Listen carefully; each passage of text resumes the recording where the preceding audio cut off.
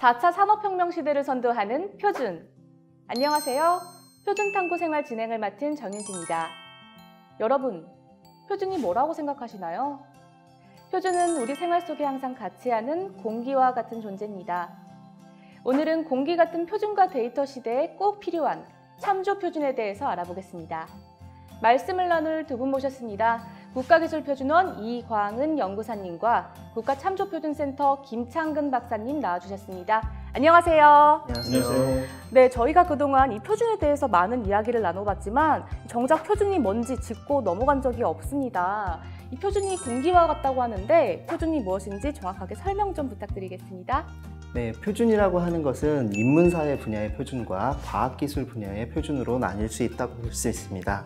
인문사회의 표준은 법이나 규정 등과 같이 인간이 행동하거나 판단할 때 마땅히 따르고 지켜야 할 가치 판단의 기준, 즉 규범이나 질서를 뜻합니다.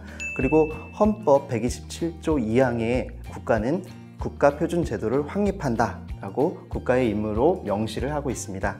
과학기술 표준은 마땅히 따르고 지켜야 할 기준에 대해 국가표준기본법의 3대 표준으로 정의를 하고 있습니다. 3대 표준은 성문표준, 참조표준, 측정표준입니다.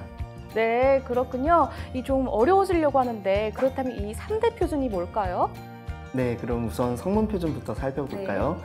성문표준은 국가사회의 모든 분야에서 일을 잘하기 위해서 강제적으로 혹은 자율적으로 적용하는 문서화된 규격이나 지침을 말합니다. 우리나라는 KS라고 부르고 있습니다.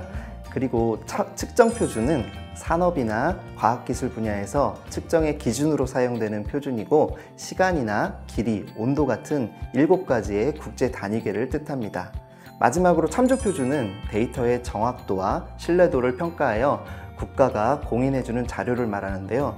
물리, 화학 상수나 관측 자료, 통계 데이터 등 대부분의 과학기술 데이터를 대상이 됩니다. 네, 이 과학기술 표준이 성문표준과 측정표준, 그리고 참조표준으로 이루어진다는 것을 잘 알겠습니다. 그래도 설명이 정말 쉽지가 않은데요. 오늘 주제인 참조표준에 대해서 좀 더 쉽게 설명해 주실 수 있을까요? 네, 알겠습니다. 네. 그러면 가능하면 쉽게 설명을 해보도록 네. 하겠습니다. 그러니까 참조표준이라고 하면 우리가 믿을 수 있고 두고 사용할 수 있는 국가 공인 자료라고 생각하면 쉽습니다. 그러니까 참조표준은 제4차 산업혁명 시대에 대두된 내용들은 아닙니다. 과거로 가보게 되면 조선시대 세종대왕이 우리나라의 지역별, 그 다음에 연도별 강수량을 제대로 재서 모아서 농사의 풍년을 예측하거나 또는 세제 개혁을 통해서 농민들의 삶을 보살피는데 이 데이터를 활용했다고 보시면 됩니다. 이 데이터는 조선시대에 220년간 축적돼서 활용이 되었습니다. 그러니까 문헌을 우리가 자세히 보게 되면 이 참조표준에 대해서는 처구기의 길이를 일자반, 원통의 지름을 7촌으로 만들고 이것을 서울에 있는 서운간에 그리고 지방에서는 객사의 뜰 가운데에 세워 규칙으로 척, 촌, 푼을 측정하라고 했습니다. 자, 이것을 잘 살펴보시면 앞쪽에서 얘기했던 위치를 얘기하고 하는 것들은 성문표준에 해당하는 부분이고요. 그 다음에 규칙으로 척, 촌, 푼을 재라고 얘기했던 부분들은 아까 얘기하신 측정표준에 대한 부분들을 얘기하고 있습니다. 그래서 나온 220년간 쌓인 그 가구량, 연도별, 지역별 강우량이 이 참조표준이 되는 거죠. 아, 그렇군요. 이 참조표준을 지속적으로 사용할 수 있는 국가 공인 데이터라고 이해를 하면 될까요? 네, 맞습니다. 조금 전에 참조표준을 설명할 때 물리화학적 상수, 과학 통계 자료, 그 다음에 관측 자료를 얘기를 했었습니다. 네. 거기에 거기에 대한 사례를 보게 되면 물리화학적 상수는 우리가 제일 잘 아는 빛의 속도, 만우 인력의 상수 등을 들 수 있고요. 관측 자료는 철강 소재의 특성이나 한국인 내파, 그 다음에 아까 말씀드린 사례로 말씀드린 강우량 등의 자료라고 할 수 있습니다. 그리고 통계 자료는 인구 통계, 그 다음에 경제 통계 등을 말할 수 있습니다. 이것들이 국가가 신뢰성에 대해서 공의를 하게 되면 참조 표준이 된다고 보시면 됩니다. 네, 그렇다면 이 참조 표준이 데이터 시대에는 어떤 역할을 하게 될까요? 네, 그 부분이 굉장히 중요한 네. 부분이겠죠. 대통령께서도 데이터를 가장 안전하게 그리고 잘 쓰는 나라로 만들겠다고 말씀을 하셨습니다. 네. 그리고 또 앞으로 하려고 계획도 하고 있고요. 그렇지만 아까 세종대왕이 만들었던 그 데이터를 봤을 때, 그 참조 표준을 봤을 때 우리가 간과하지 말아야 될 것들이 있습니다. 그것이 바로 데이터의 신뢰성과 품질입니다. 사례를 들면 미국의 가트너 보고서에 따르면 이 빅데이터로부터 불량 데이터를 처리하는 작업을 전처리나 클리닝이라고 얘기하는데 그 비용이 평균 기업들이 174억을 소모하고 있답니다. 그것도 매년 네. 굉장히 많은 예산을 소모하고 있죠. 데이터 사이언스를 할 때 이 빅데이터로부터 데이터를 정지하는 시간과 비용을 따져보면 전체의 80%를 소모하고 있다고 합니다.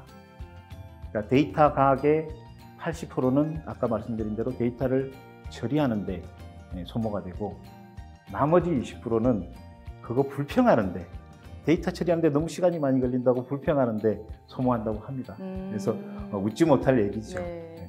이렇게 데이터를 무조건 모은다고 해서 빅데이터로 만들어서 제4차 산업혁명 시대에 성공할 수 있는 것들은 아니라는 겁니다. 네, 그래서 산업통상자원부에서는 국가공인 데이터인 참조 표준을 축적하여 데이터 시대에 고품질 데이터를 가장 안전하게 잘 쓰는 나라를 구현을 하기 위해서 2006년부터 참조 표준 사업을 추진해 왔습니다.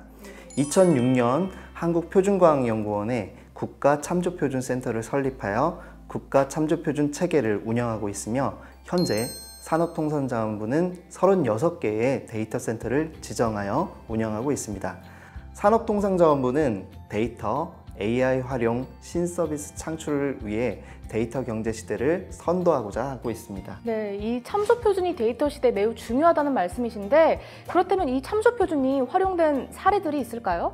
네, 우선 제조업을 살펴볼까요? 네. 제조업 쪽에서는 미국 반도체 소프트웨어를 국산화해서 S사나 H사 등이 사용을 하고 있고요. 이 기술은 최근에 일본 D기업에 수출이 되기도 했습니다. 네. 그리고 자동차 쪽을 살펴보면 우리나라의 H사의 자동차 경량화 및 안전 설계를 하는데도 사용이 되고 있습니다. 네. 또 정밀 의료 분야를 살펴보면 1,300여 명의 뇌파 데이터를 AI 기술을 활용을 해서 10분 만에 치매를 조기 스크리닝을 할 수 있는 참조표준 우수 사례들이 있습니다. 며칠 전에는 이 기술을 개발한 아이메디신을 산업통상자원부 성윤모 장관님께서 방문해서 화제가 되기도 했죠. 이처럼 국가공인 데이터인 참조표준은 국민복지 향상뿐만 아니라 데이터 산업 창출에 이바지를 하고 있습니다. 아, 정말 대단하네요. 저도 이 뇌파를 한번 측정해봤으면 좋겠습니다. 네. 근데 제가 볼 때는 측정을 안 하셔도 될 것 같아요. 네, 오늘 참조 표준에 대해서 들어보니 참조 표준이 얼마나 중요한지 알게 됐습니다. 우리나라 데이터 경제 활성화의 키는 참조 표준부터가 아닐까라는 생각이 됩니다. 오늘 두 분 말씀 잘 들었습니다. 감사합니다. 지금까지 국가공인자료 참조 표준에 대해서 알아봤습니다. 다음 시간에도 표준에 대한 유익한 이야기로 찾아뵙겠습니다. 고맙습니다.